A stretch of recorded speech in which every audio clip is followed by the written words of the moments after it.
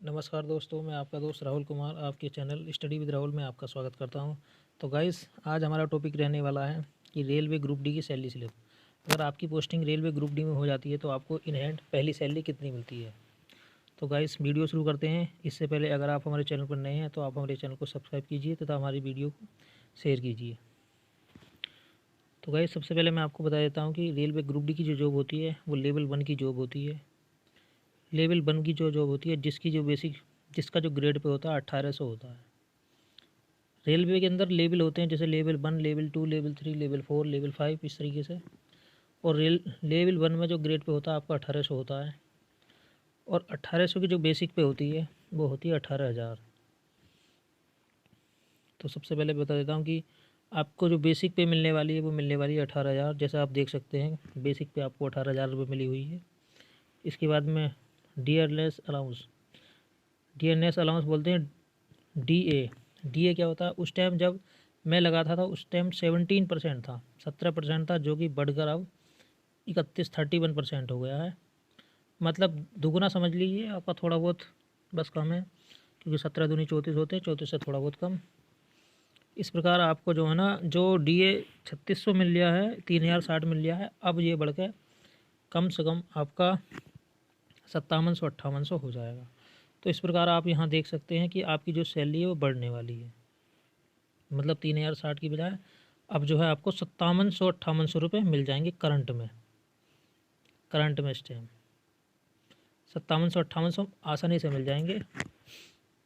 अब उसके बाद में हाउस रेंट अलाउंस क्या है? रेलवे के अंदर 3 कैटेगरी होती हैं। एक होती है एक्स सिटी, एक होती है बाई सिटी, दूसरी बाई, तीसरी होती है जेड सिटी। एक्स सिटी को जो हाउस रेंट अलाउंस मिलता है वो मिलता है एक्स सिटी को, बाई सिटी को, जेड सिटी को। पहले मिलता था 24-16-8, 8-16-24, जिसे अब बढ़ाकर 9-18-27 कर दिया है। तो 27 कर दिया। वो हाउस रेंट अलाउंस आपको कितना मिलना है ये आपके सिटी पर डिपेंड करता है कि आपकी पोस्टिंग एक्स सिटी में होती है, बाई सिटी में होती है, जेड सिटी में होती है। तो मैक्सिमम मान लीजिए अगर आपकी पोस्टिंग ओबियसली जेड सिटी में ही होती है, एक्स सिटी तो किसी किसी को मिल पाता है, बाकी म्यूचुअल वगैरह से पहुंच जाते हैं। तो अगर आप 1800 का 18,000 रुपये का 18,000 का आप 18,000 का अगर 27% निकालोगे तो आप कैलकुलेशन कर सकते हैं कि आपको कितना मिलेगा। मुझे उस टाइम 1800 मिलता था, लेकिन अब कितना बढ़िया है भाई। अब जो है ना आपका सिर्फ पहला 8% था, तो अब मान सकते हैं कि आपको 2000 के समथिंग में एचआरए मिल सकता है। 2000 के समथिंग में एचआरए मिल सकता है, जो कि पहले 1800 मिलता था, अब 2000 के समथिंग हो जाएगा, क्योंकि आपकी 1% की इंक्रीमेंट हो गया है एचआरए में। पहले 8% था, अब 9% हो गया है। और हाँ, अगर किसी की पोस्टिंग हो जाती है बाई सिटी में या जेड सिटी में तो उसे ज़्यादा मिलेगा। अब उसके बाद में बात कर लेते हैं ट्रांसपोर्ट अलाउंस। ट्रांसपोर्ट अलाउंस क्या होता है? अभी ट्रांसपोर्ट अलाउंस लेवल 1 वालों को मिलता है 1053। अगर हम इससे ऊपर जाते हैं तो हमें बढ़ता जाता है ये।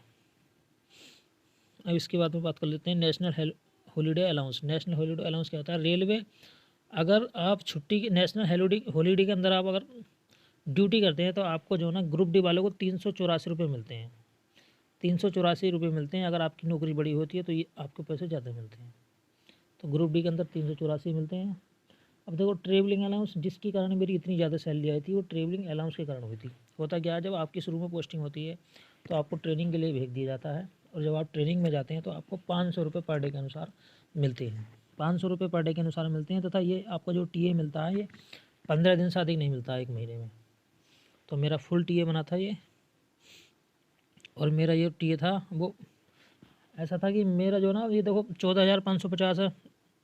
तो मेरा जो टीए जो आया था वो मेरी ट्रेनिंग मतलब 2 महीने में पड़ी थी। मैं गया था, ऐसा समझ लीजिएगा आप कि 15-16 तारीख से गया था, 1 महीने की ट्रेनिंग में गया था।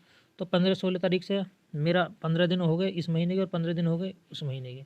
तो मुझे जो टीए मिला हुआ है 2 महीने, दो पूरी ट्रेनिंग का फुल का मिला हुआ है। अगर मैं शुरू में चला जाता तो मुझे टीए सिर्फ 15 दिन का मिलता। तो इस प्रकार मुझे इसका बेनिफिट मिला और मुझे पूरा टीए मिल गया। देख सकते हैं आप कि मुझे कितना टीए मिला हुआ है।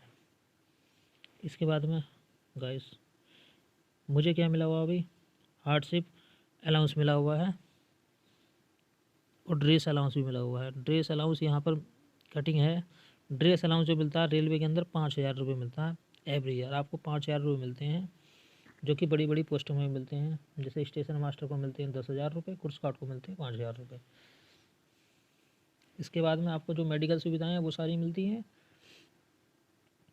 बाकी इसमें कुछ डिडक्शन हो जाता है, मेरा डिडक्शन नहीं हुआ था उस टाइम। मैंने एनपीएस में अपना, मेरा जो डिडक्शन था वो स्टार्ट नहीं था। कुछ समय बाद मेरा एनपीएस अकाउंट में डिडक्शन स्टार्ट हो गया था। तो आप देख सकते हैं कि जो मेरी ग्रोस पे बनी थी 44,247 रुपये बनी थी। 44,247 रुपये बनी थी। मुझे कुछ पैसे कटने के बाद में 9 रुपये कटने के बाद में 44,238 रुपये मिल गए थे। अब इतनी सैलरी तो आपको एकदम मिलने वाली नहीं है, लेकिन हाँ इतना ज़रूर है कि आपको अगर टीए मिल जाता है इन हैंड, अगर आपको टीए मिल जाता है जो कि 15 दिन के अनुसार होता है, 500 रुपये पर डे होता है, तो अगर आपका 5,000 या 6,000 10 दिन तो टीए बन ही जाते हैं। 5 या 6,000 मान लीजिएगा कि आपको 5 या 6,000 रुपये टीए आसानी से मिल जाएगा। 5 या 6,000 रुपये आपको टीए पर मंथ आसानी से बन जाएगा। और इस टाइम जो डीए आपका 31% है, उसके अनुसार अगर आप देखें तो आपकी जो सैलरी है वो इन हैंड विदाउट टीए 31,000 रुपये बन सकती है। 31,000 रुपये बन जाती है, क्योंकि इसके अंदर जो है ना रिक्स अलाउंस मिलता है। ट्रैक मेंटेनेंस को रिक्स अलाउंस मिलता है, और पोस्टें जो होती हैं उन्हें रिक्स अलाउंस नहीं मिलता है।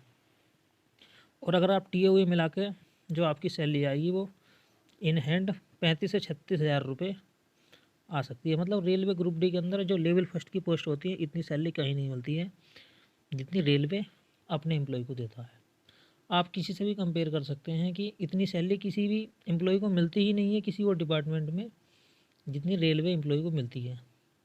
बट होता क्या है, अभी रेलवे के अंदर जो है ना काम आपका हैट्रिक वाला होता है, काम जो आपका आसान नहीं होता है। तो गाइस ये सिर्फ सैलरी के लिए, जब हमारी सैलरी आती है तो हमारा जो वर्क होता है उसे हम एकदम भूल जाते हैं, क्योंकि एक सैलरी हमें मोटिवेशन देती है अंदर से कि अगर आपको अच्छे पैसे मिलने हैं तो कोई दिक्कत नहीं है, काम आप कर देंगे, कोई दिक्कत नहीं है, क्योंकि महीना भी गाइस एकदम गुजर जाता है।